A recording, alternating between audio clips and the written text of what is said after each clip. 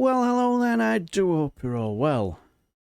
Now, as you know, yesterday was PMQs, and I will listen to it through James O'Brien's show, because I like it that way.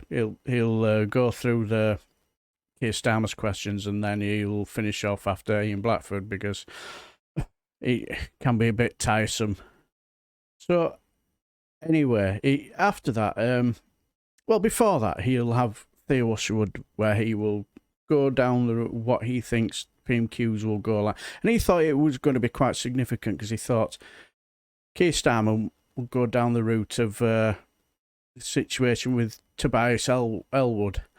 One day when he said he's putting in a letter of no confidence to the Prime Minister, I wonder if he were wearing his green jacket at the time.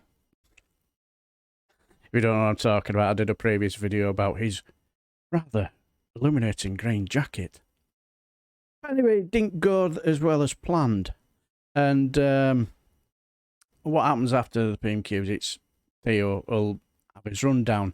Now, as I said, it didn't go how he thought it would do, but he still had a rather interesting take on it. And when you think about it, it is rather interesting. So enjoy.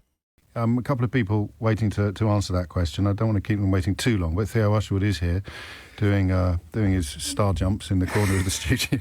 my burpees to keep me on track. Yes. But Blackford did what you thought that Johnson would do, and yet Johnson perhaps reminded us why Starmer didn't do that. Blackford did what you thought Starmer would do. Johnson reminded us... Can I make an excuse for myself? Yeah, well, no, I'm not having a... I mean, I agreed with you. I thought he'd go in on what... I mean, the Tobias Ellwood point, we actually literally said, and then Blackford kind of literally he did it. Yes. But what I would say is that Starmer went in on Tory home turf. So what was interesting, particularly at the beginning, was that after, of course, mentioning the comments on... Monday, accusing the Prime Minister of peddling far-right conspiracy theories. Starmer then tacked to talking about the increase in national insurance contributions, which he said was a stealth tax on working people, the decision to freeze the threshold at which you start paying your student loan. Again, he called that a stealth tax on working people. The Conservatives, if you speak to the die-hard Tory MPs, they see themselves as the party of low tax. They will openly admit that sometimes, they get hostile reception from voters on the doorstep, but what they always feel that they can trust from voters, or the trust that they have from voters, is that the Tory party is the party that keeps your taxes down. And it's like a comfort blanket almost. Exactly. Is that you vote Tory, your taxes will stay down. And now we have the highest tax burden since World War II. And Keir Starmer is making the point that these are interesting. That's playing a longer game than we expected. Yes, and going in on something that really makes Conservative MPs very unhappy, accusing the Chancellor and the Prime Minister of gaslighting the nation with that article on Sunday in the Sunday Times, where they said that they were the party of low taxes at the same time as they're announcing that they're going to press ahead with the national insurance contributions. He's got a point, hasn't he? I mean, it is a little bit North Korean. And the Chancellor, of course, it kind of got a little bit overlooked yesterday, but he had a really rough time in the Commons from MPs at this decision to press ahead with that rise in national insurance contributions and to pay for it, which is, of course, to pay for the NHS and the social care levy because of the backlog in procedures and operations in the NHS now, waiting lists up to 7-8 million people. So it needs to be paid for, but for the moment, the Treasury and the Prime Minister didn't want to make the decision, we're told, but he made the decision to press ahead with that increase in national insurance contributions. So that's where we found ourselves. And then, of course, as you rightly said, James, Ian Blackford did what I thought Keir Starmer was going to potentially do, which was saying, you've got to wait till Ukraine, you come back, and there is the chairman of the Defence Select Committee, Tobias Ellwood. And he's not the first chairman of a select committee to say that he's written a letter to the 1922 committee. William Ragg, of course, the chairman of the Public Affairs and Public Administration and Constitutional Affairs Committee, I always get that the wrong way round. He's already submitted his letter to Sir Graham Brady, the chairman of the 1922 committee as well.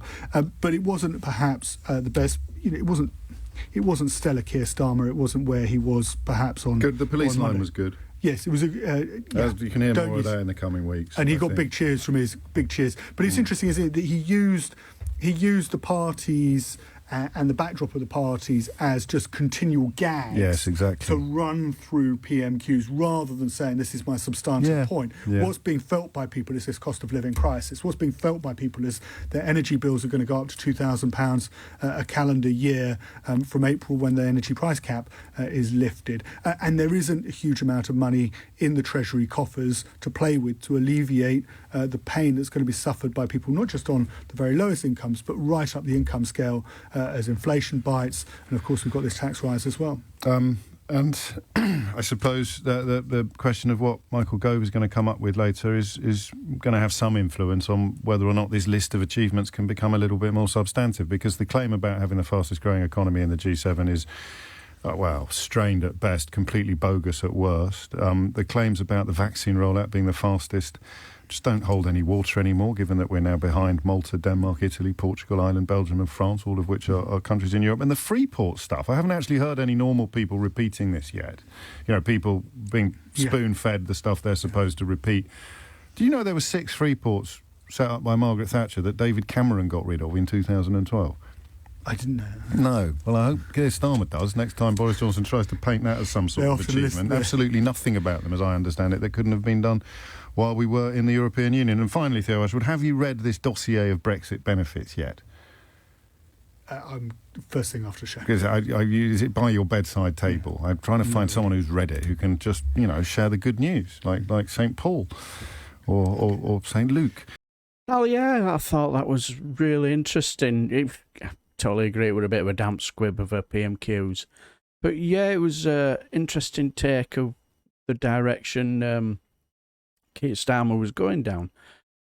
I had to chuckle a little bit because, for the simple reason, remember last week's PMQs when it was all about our bodge partying hard and nonsense like that? He was thinking, I think the public want to move on from this, and that's all you've got to talk about.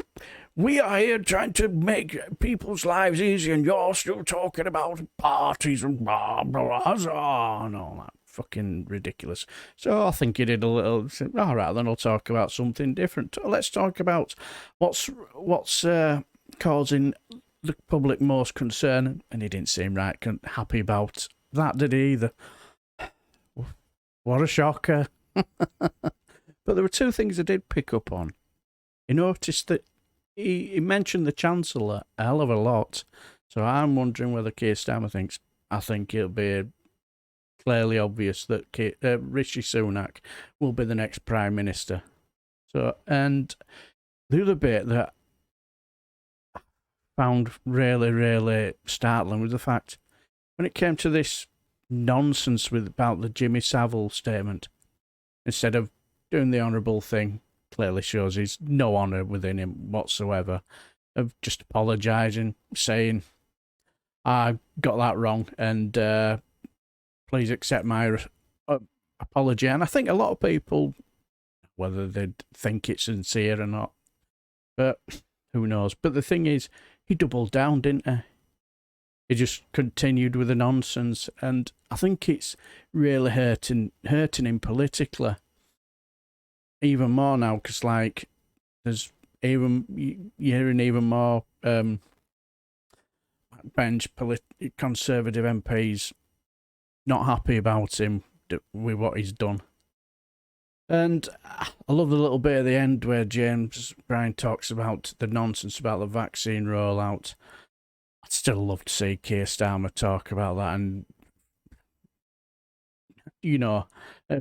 dispel that myth. But I get the feeling he knows if he does it, it's dragging him into the Brexit battle that he doesn't really want to have any interest in, because I think it's still toxic for the Labour Party in it. So I understand the reason why he doesn't, but it's a bit frustrating. But anyway, again, guys, what do you guys think? I thought it was a bit of a damp squib of a PMQs, but what Theo had to say was quite interesting, and it probably is playing a bit of the long game, so it should be interesting.